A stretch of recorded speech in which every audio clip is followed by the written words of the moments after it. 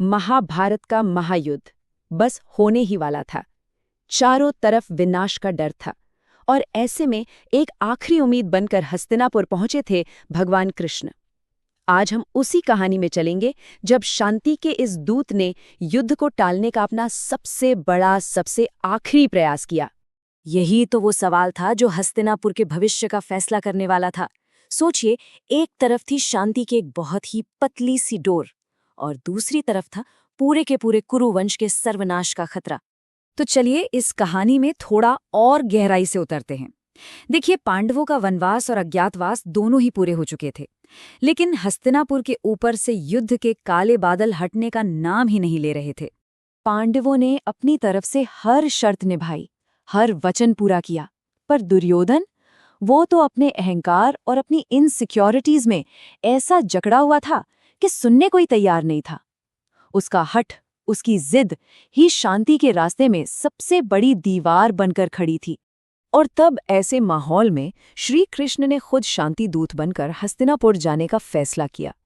ये सिर्फ कोई राजनीतिक चाल नहीं थी, बल्कि युद्ध को रोकने का आखिरी, सबसे जरूरी और सबसे नाजुक प्रयास था। तो कृष्ण हस्तिनापुर पहुंचे और वहां पहुंचते ही उनके सामने एक ऐसी सिचुएशन आई जिसने राजनीति से पहले धर्म की परीक्षा ले ली। कृष्ण के सामने दो रास्ते थे, दो न्योते थे। एक तरफ था दुर्योधन का आलीशान राजमहल, जहां सत्ता और अहंकार के 56 भोग परोसे गए थे, और वहीं दूसरी तरफ था महात्मा विदुर का साधारण सा घर, जहां प्रेम और धर्म के साथ सादी साग रोटी तैयार थी। कृष्ण ने दुर्योधन के न्योते को इन्हीं दमदार शब्दों के साथ ठुकरा दिया।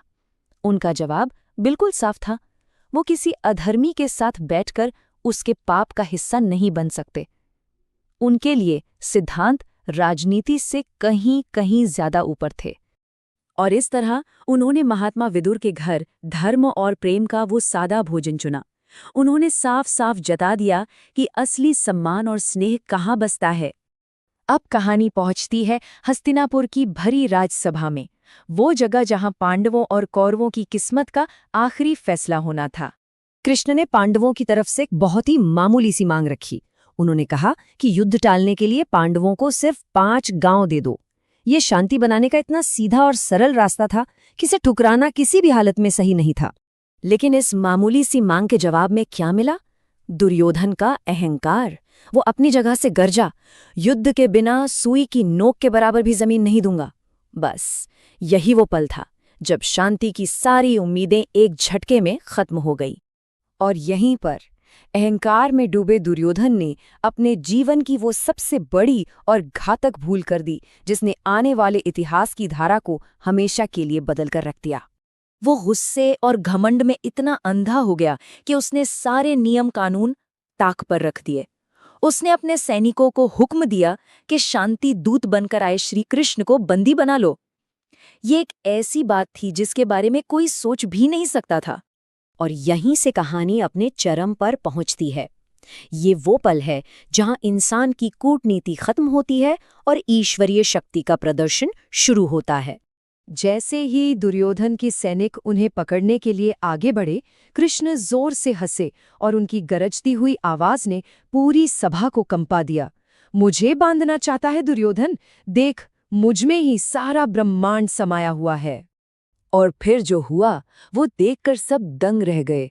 कृष्ण का शरीर विशाल होने लगा, उनके हाथ में सुदर्शन चक्र घूमने लगा, उनके अंदर सूरज, चांद, सितारे, देवी देवता, पूरा का पूरा ब्रह्मांड दिखाई दे रहा था।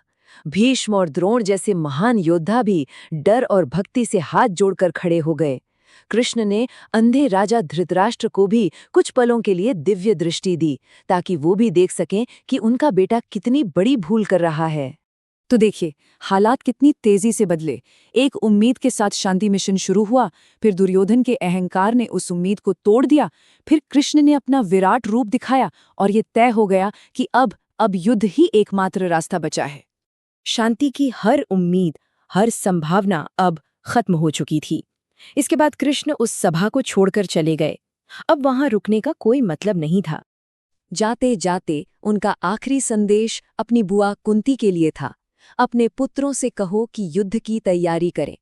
अब बातचीत का समय खत्म हो चुका था। कुरुक्षेत्र की भूमि रक्त से लाल होने के लिए तैयार थी। तो कृष्ण के इस आखिरी प्रयास से एक बहुत बड़ी बात समझ में आती है। जब शांति की भाषा और शांति के हर तर्क को अहंकार ठुकरा देता है, तब धर्म की स्थापना के लिए शक्ति का प्रदर्शन जरूरी हो जाता है।